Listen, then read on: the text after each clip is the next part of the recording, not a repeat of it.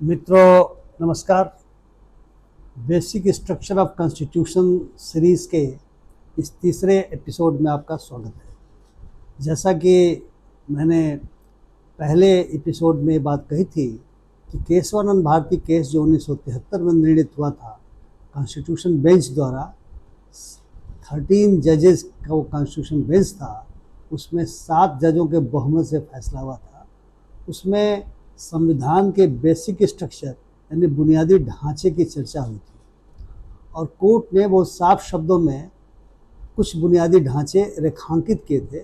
हालांकि बहस में बात आई कि यह वेग रखा गया है। कोर्ट ने कहा वेग नहीं है, क्योंकि जो कानून होते हैं उसकी व्याख्या समय समय पर स्थितियों के आलोक में की जाती है, इसलिए उसको वेग नहीं कहा जा सकता। लेकिन फॉर द टाइम में उन्होंने 5 बुनियादी जिसको आप एलिमेंट्स कह सकते हैं, स्ट्रक्चर कह सकते हैं, उसको इशारा किया था। हम लोग 2 पर चर्चा कर चुके हैं, सेक्युलरिज्म पे और Republican and democratic character of constitution पे। आज हम लोग चर्चा करेंगे फेडरल कैरेक्टर ऑफ कॉन्स्टिट्यूशन पर, जो 5 बुनियादी एलिमेंट्स या बुनियादी या बेसिक स्ट्रक्चर्स का एक हिस्सा है। मित्रों, बहुत मज़ेदार दृश्य हमें संसद में इस बार देखने को मिले। जब पहले दिन 24 जून को सदस्यों के जो चुनाव जीत करके आए हुए हैं, शपथ ग्रहण के लिए संसद बुलाई गई, तो हम लोगों ने जो चीज़ें देखी वो बड़ी मज़ेदार थी। क्या देखी? संसद शुरू होने के पहले जो विपक्ष था वो हाथ में संविधान की लाल किताब, एक खास तरह की किताब, लाल किताब के रूप में आई है संविधान की, कह सकते हैं कंसाइज बुक होगी, उसे लेकर के और प्रदर्शन हो रहा था। संविधान बचाने की बात हो रही थी। विपक्ष के एक और दल ने बड़ा सा संविधान जो नीले रंग का था उसको लेकर के और उस प्रदर्शन में हिस्सेदारी की थी। आपको शायद स्मरण होगा कि एक प्रदेश के पूर्वोत्तर भारत है, उसके एक प्रदेश के मुख्यमंत्री ने, जो पहले किसी अन्य दल में थे और वे दल बदल करके दूसरे दल में आ गए हैं और सत्ता में हैं, जब चुनाव के दौरान यह लाल रंग का संविधान दिखाया जा रहा था तो उनको उसमें कम्युनिज्म दिखाई पड़ रहा था। उन्होंने आरोप लगाया कि जो सज्जन यानी जो कांग्रेस के बड़े नेता संविधान के प्रति लहरा रहे थे, यह तो कम्युनिस्ट हैं, और उनके दृष्टिकोण में कम्युनिस्ट ऐसा शब्द होता है, ऐसी चीज़ होती है जो इस देश के लिए ठीक नहीं है। दरअसल वे कम्युनिस्ट शब्द से ही शायद नफरत करते हों, ऐसा लगता है। अब उस दिन तो जब देखा होगा लाल किताब लहरा रही है तो उनके सीने पर सांप लौट गया होगा। लेकिन अब लिफाफा से क्या होता है, लिफाफा किसी भी रंग का हो, मजमून क्या हो महत्वपूर्ण है, संविधान का मजमून बहुत महत्वपूर्ण है। और आपने भी देखा कि जब अपोजिशन के लोग शपथ ग्रहण कर रहे थे तो उनमें से अधिकांश ने वही लाल किताब या नीले रंग की किताब लहरा करके और संविधान की शपथ ली। हालांकि दूसरे नारे भी लग रहे थे। तो कहने का मतलब ये है कि संविधान जिस स्थिति में भी हो वह बहुत ही केंद्र में आ गया है। और आज यानी 26 जून को आपने देखा कि इमरजेंसी का जो 49 वर्ष पूरा हुआ है, उसके विरोध में जो रूलिंग पार्टी और या रूलिंग अलायंस कह सकते हैं, उसके सदस्य बाहर निकले तो वे कह रहे थे कि जो विपक्ष में बैठे हुए दल हैं, खास करके जो कांग्रेस पार्टी है, उसने 1975 में यानी 49 वर्ष पहले इमरजेंसी लगा करके संविधान की मूल भावना के साथ खिलवाड़ किया, संविधान को तोड़ा। हम संविधान को बचाएंगे।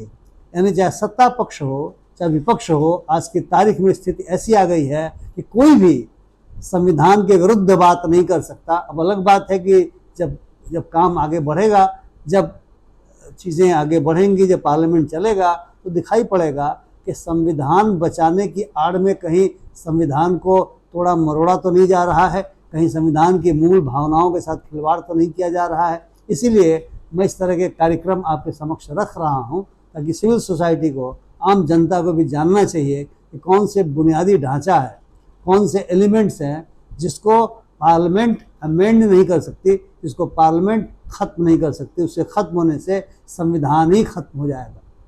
इसलिए हम आज बात करेंगे फेडरल कैरेक्टर के बारे में। हमारा संविधान एक संघीय संविधान है। हालांकि जब हम और आगे चर्चा करेंगे तो हम बताएंगे कि संघ थोड़ा सा लिमिटेड है। कॉन्स्टिट्यूशन यानी संविधान की शुरुआत ही जो पार्ट 1 है और अनुच्छेद 1 है उसे होता है, उसे अनुच्छेद 1 में अंग्रेजी में लिखा हुआ है India that is Bharat shall be union of states, और हिंदी में है कि भारत अर्थात इंडिया राज्यों का संघ होगा। यानी स्पष्ट है कि हमारा संविधान भारत देश को या इंडिया देश को, अगर अंग्रेजी में इंडिया कहें हिंदी में भारत कहें, इसे राज्यों के संघ के रूप में परिभाषित करता है। और कौन कौन से राज्य शुरुआती दौर में हुए थे वो बकायदा अनुसूचियों में दिए हुए हैं, यह राज्य हैं। उसमें जो यूनियन टेरिटरीज हैं वो भी शामिल है, कुछ यूनियन टेरिटरीज भी यानी केंद्र शासित प्रदेश भी उसमें शामिल किए गए थे। हम आगे बढ़ेंगे, अगर हम आर्टिकल 2 या अनुच्छेद 2 को देखेंगे तो उसमें ये बात दर्ज की गई, और 3 को देखेंगे इसमें बात दर्ज की गई है कि संसद को ये अधिकार है कि जो अनुसूची में राज्य दिए हुए हैं वे राज्यों का विभाजन कर सकते हैं। कई राज्यों, एक से अधिक राज्यों को मिला भी सकते हैं, उनमें से कई हिस्से को तोड़ करके अलग राज्य भी बना सकते हैं। और अभी तो आपने देखा कि जम्मू और कश्मीर जो राज्य था उसको 2 भागों में तोड़ के यूनियन टेरिटरी बना दिया गया। तो सुप्रीम कोर्ट ने कहा कि राज्य को तोड़ने के साथ साथ उसे यूनियन टेरिटरी भी बनाया जाना संवैधानिक है। इसका मतलब ये हुआ कि राज्यों का गठन करना, नए राज्यों का गठन करना, या कोई ऐसा क्षेत्र हो सकता है जो अभी भारत संघ में शामिल नहीं हो लेकिन बाद में शामिल हो जाए तो उसे भारत संघ में शामिल कर लेना, ये संसद का विषय होगा। नए राज्य बनाना, चाहे विभाजन करके बनाना हो, चाहे यूनियन टेरिटरी को ही राज्य का दर्जा दे देना हो, ये संसद कर सकती है। यानी दूसरे शब्दों में संसद को अधिकार है कि वह राज्यों का विभाजन कर सकती है, राज्यों के सीमाओं का निर्धारण कर सकती है, एक राज्य में दूसरे राज्य की कुछ टेरिटरीज को जोड़ सकती है, आदि इत्यादि। ये संसद को अधिकार है। महत्वपूर्ण बिंदु यह है कि जब ये बुनियादी ढांचा है तो इस मामले में भी ढांचा है कि 368 यानी अनुच्छेद 368 के तहत जो संविधान में संशोधन करने का अधिकार है, उस संविधान में संशोधन करके भी आप इस ढांचे पर हमला नहीं कर सकते, क्योंकि संघ में राज्यों को किस विषय पे कानून बनाने हैं और किन विषयों के आधार पर अपना शासन चलाना है, केंद्र को किन विषयों पर कानून बनाने और शासन चलाना है, और किन विषयों पर दोनों बना सकते हैं, यह अनुसूची 7 में दिया हुआ है। 3 लिस्ट है, यूनियन लिस्ट, देखिए यूनियन लिस्ट वर्ड है, स्टेट लिस्ट और कंकरेंट लिस्ट, यानी राज्यों और केंद्र के जो काम हैं वो बाकायदा संविधान ने ही निर्धारित कर दिया है कि आप इन विषयों पर काम करेंगे, आप इन विषयों पर काम करेंगे। और अनुच्छेद 368 के तहत अगर इस अनुसूची के विषयों में कोई परिवर्तन किया जाना होगा या राज्यों के प्रतिनिधित्व को कम करने या बदलने की बात आएगी तो संसद में पास करने के बाद, अमेंडमेंट को पास करने के बाद जो राज्यों के लेजिस्लेचर्स हैं, जो विधानमंडल हैं, 1/3 विधानमंडलों की सहमति लेनी पड़ेगी। इसका मतलब ये हुआ कि इतनी बंदिशें लगाई गई हैं ताकि संघीय स्वरूप को समाप्त नहीं किया जा सकता। लेकिन बहुत सारे विद्वान मानते हैं कि हमारा जो संघ है, भारत संघ, यूनियन ऑफ इंडिया, उसमें कुछ यूनिटरी फीचर्स भी हैं, यानी वो केंद्र को ज़्यादा शक्ति भी देता है। अनुच्छेद 356 के तहत यदि किसी राज्य की सरकार संविधान के अनुसार नहीं चल रही है तो राष्ट्रपति को अधिकार है कि वे गवर्नर यानी राज्यपाल के अनुशंसा या स्वयं उनको यदि ऐसा प्रतीत हो जाए तो वे उस राज्य सरकार को भंग करके, यहाँ तक विधानसभा को भंग करके या सस्पेंडेड एनिमेशन में रख करके और राष्ट्रपति शासन लागू कर सकते हैं। यानी सीधे केंद्र जो है सो वो सरकार का प्रबंधन अपने हाथ में ले सकती है। इसको कह सकते हैं कि यह यूनिटरी फीचर्स है, यानी यह एक तरीके से केंद्रीकरण का फीचर है। यानी हमारा संघ अमेरिका की तरह से संघ नहीं है, वो पूरी तरह से फेडरल है।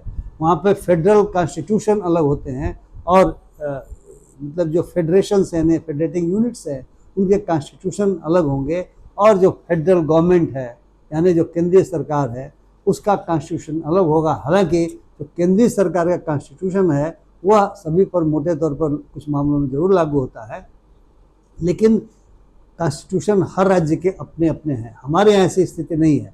हमारे यहाँ एक ही भारत का संविधान है जो केंद्र और राज्य दोनों पर लागू होता है। इसीलिए मैंने कहा कि 356 एक तरीके से यूनिटरी कैरेक्टर भी प्रदान करता है। यानी यह हमारा फेडरेशन अमेरिका के फेडरेशन से इस मामले में बिल्कुल भिन्न है। और वैसे भी हमारा तो जो रिपब्लिकन फॉर्म है उसमें प्रेसिडेंट एक तरह से टिटुलर हेड होते हैं, कुछ शक्तियां संविधान में दी हुई हैं, लेकिन असली शक्ति तो मंत्रिपरिषद के पास होती है। चाहे वो राज्य का मंत्रिमंडल हो, चाहे वो केंद्र का मंत्रिमंडल हो, असली शक्ति चूंकि वेस्टमिनिस्टर मॉडल हमारा चलता है।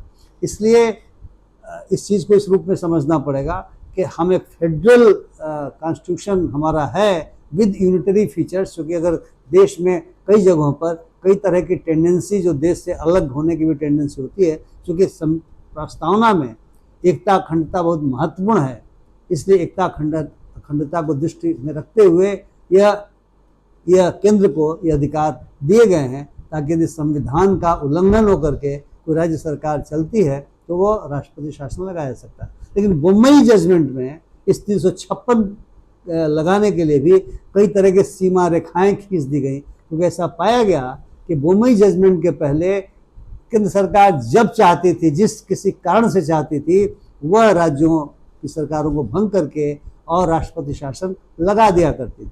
लेकिन बम्बई जजमेंट ने तय कर दिया कि आप ऐसा नहीं कर सकते, और सरकारिया कमीशन ने बहुत सारे अनुशंसाएं दी किस परिस्थिति में आप 356 का इस्तेमाल करेंगे, और उसके पहले आप 355 के तहत राज्यों को वार्निंग भी देंगे।